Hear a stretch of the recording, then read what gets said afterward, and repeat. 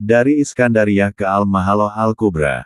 Maka aku keluar dari kota Iskandariyah menuju untuk menemui Sang Syekh, semoga Allah memberi manfaat kepada kami dengannya, dan aku tiba di desa Farujah, yang jaraknya sekitar setengah hari perjalanan dari kota Iskandariyah.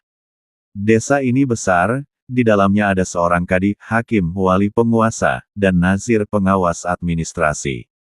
Penduduknya memiliki akhlak yang mulia dan sifat kesatria.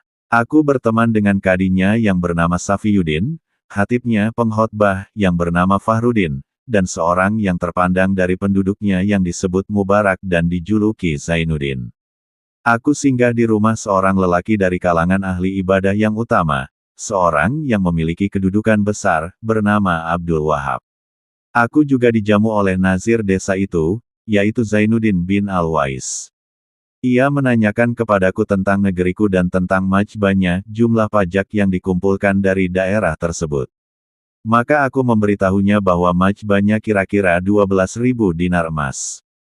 Ia pun merasa heran dan berkata kepadaku, lihatlah desa ini, majbahnya 72.000 dinar emas. Sungguh, besarnya jumlah majbah di negeri Mesir disebabkan karena seluruh kepemilikan tanahnya adalah milik Baitul Mal Perbendaharaan Negara. Kemudian aku keluar dari desa itu dan sampai di kota Damanhur. Kota ini besar, jumlah jizyah pajak yang dikumpulkannya banyak, dan keindahannya luar biasa. Ia merupakan ibu kota dari seluruh wilayah Buhairah serta pusat utama yang menjadi poros seluruh urusannya. Pada masa itu, kadi kota ini adalah Fahrudin bin Miskin, salah seorang faqih ahli hukum Islam dari mazhab Syafi'i.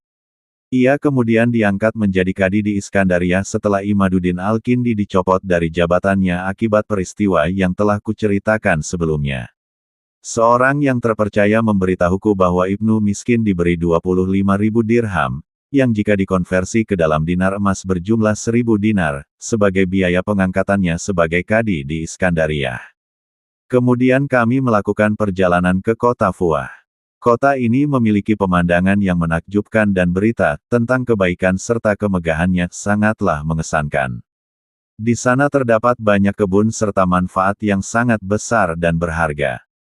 Di dalamnya terdapat makam Syekh Wali Abu Najah, yang sangat terkenal namanya dan sangat mengetahui seluk-beluk negeri itu.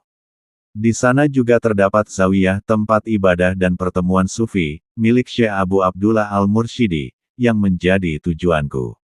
Ia terletak dekat dengan kota itu, hanya dipisahkan oleh sebuah khalij terusan air di sana. Ketika aku tiba, aku menyeberangi terusan itu dan sampai di zawiyah sang syekh sebelum salat asyar. Aku memberi salam kepadanya dan mendapati di sisinya ada seorang amir, pemimpin, bernama Saifuddin Yalmilik. Ia termasuk golongan Hasakiyah, pengawal elit sultan, tetapi orang-orang awam menyebutnya Al-Malik, raja, sehingga mereka keliru dalam menamainya. Amir ini singgah bersama pasukannya di luar zawiyah. Ketika aku memasuki zawiyah dan bertemu dengan sang syekh, semoga Allah merahmatinya, ia berdiri menyambutku, memelukku, serta menyuguhkan makanan kepadaku dan makan bersamaku. Ia mengenakan jubah wol berwarna hitam. Ketika waktu salat asyar tiba, ia mengangkatku untuk menjadi imam. Begitu pula dalam setiap salat yang aku lakukan selama aku menetap bersamanya. Ketika aku hendak tidur, ia berkata kepadaku, naiklah ke atap zawiyah dan tidurlah di sana. Itu adalah musim panas. Aku berkata kepada Amir, dengan nama Allah. Maka ia menjawab, dan tidak ada di antara kita kecuali memiliki kedudukan yang telah ditentukan. Aku pun naik ke atap dan mendapati di sana ada hasir tikar dari daun kurma, nita, lembaran kulit bejana untuk berwudu, kendi berisi air, serta sebuah cangkir untuk minum. Aku pun tidur di sana. Pada malam itu, dalam tidurku di atas atap zawiyah, aku bermimpi seakan-akan aku berada di atas sayap seekor burung raksasa yang membawaku terbang menuju arah kiblat. Kemudian ia mencondong ke kanan, lalu menuju ke timur, lalu bergerak ke arah selatan, kemudian terbang jauh ke arah timur, hingga akhirnya ia turun di suatu tanah yang gelap dan hijau, lalu meninggalkanku di sana. Aku pun merasa takjub dengan mimpi itu dan berkata dalam hatiku, jika sang syekh menyingkapkan mimpiku ini, maka sungguh benar seperti yang dikisahkan tentangnya. Keesokan paginya, aku pergi untuk salat subuh, dan sang syekh kembali mengangkatku sebagai imam. Setelah itu, Amir Yalmilik datang menemuinya, berpamitan, lalu pergi.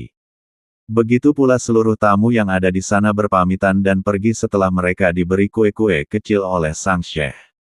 Setelah salat duha, sang syekh memanggilku dan menyingkapkan mimpi yang kualami tadi malam.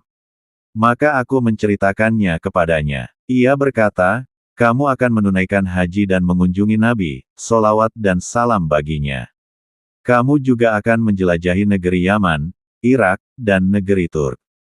Kamu akan tinggal di sana dalam waktu yang lama. Kamu juga akan bertemu dengan seseorang bernama Dilsat Al-Hindi, yang akan menyelamatkanmu dari suatu kesulitan besar yang akan menimpamu. Kemudian ia memberiku kue-kue kecil, beberapa dirham, lalu aku berpamitan dengannya dan pergi. Sejak aku berpisah dengannya, aku tidak pernah mengalami kesulitan dalam perjalananku, dan keberkahannya senantiasa menyertaiku. Setelah itu, aku tidak pernah bertemu seseorang yang sepertinya, kecuali seorang wali yang bernama Sayyidi Muhammad Al-Maulah di negeri Hind, India. Dari kota Nahrariyah ke kota Al-Mahaloh Al-Kubra. Kemudian kami berangkat menuju kota Nahrariyah, sebuah kota yang luas halaman-halamannya, lapangannya, baru dibangun, dengan pasar-pasar yang indah dipandang. Wali Amirnya adalah seorang yang memiliki kedudukan tinggi, dikenal dengan nama As-Sadi, sedangkan anaknya berada dalam pelayanan Raja India, yang akan kami sebutkan nanti. Kadi, hakim, di kota ini adalah Sadruddin Sulaiman Al-Maliki, salah satu ulama besar mazhab Maliki.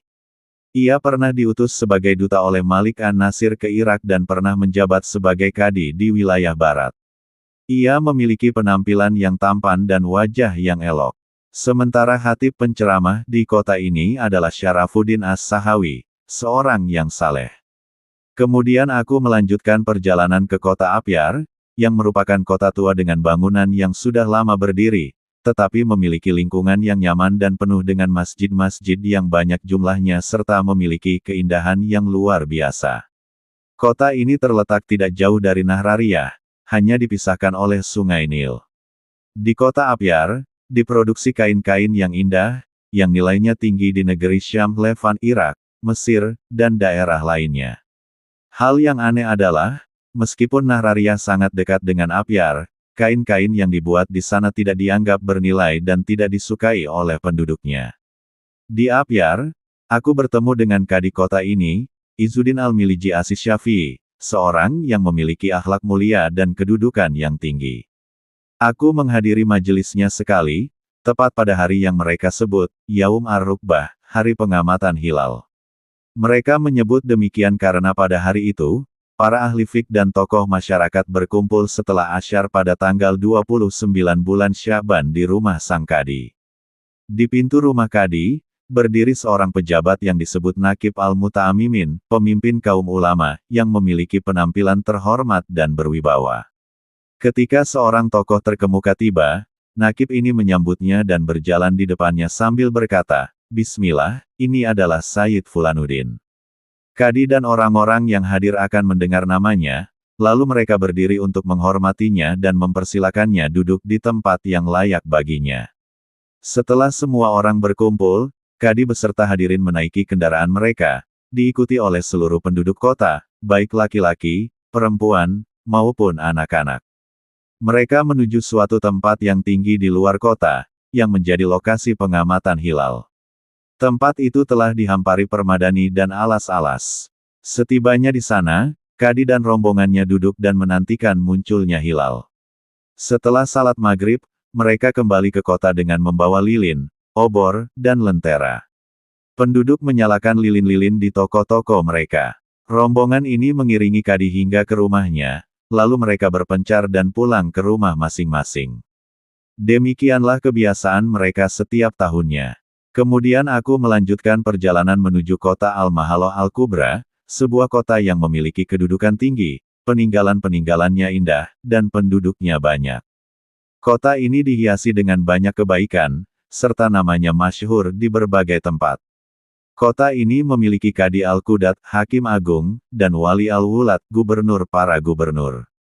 Ketika aku tiba, Qadi Al-Qudat, yang bernama Izzuddin bin Al-Asyamarin, sedang terbaring sakit di sebuah kebun yang berjarak 2 farsak, sekitar 10-12 kilometer dari kota. Aku pun berniat mengunjunginya, ditemani oleh wakilnya, yaitu Abu Al-Qasim bin Banun Al-Maliki At-Tunisi, serta Syarafuddin Ad-Damiri, Qadi dari kota Mahalat Minuf. Kami tinggal bersamanya selama sehari dan mendengarkan perkataannya. Dalam pembicaraan, disebutkan mengenai orang-orang saleh.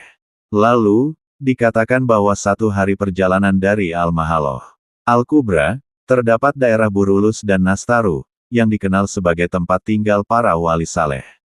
Di sana juga terdapat makam Asis Syaikh Marzuk, seorang wali yang dikenal memiliki kemampuan kasif, kemampuan melihat hal-hal gaib dan tersembunyi.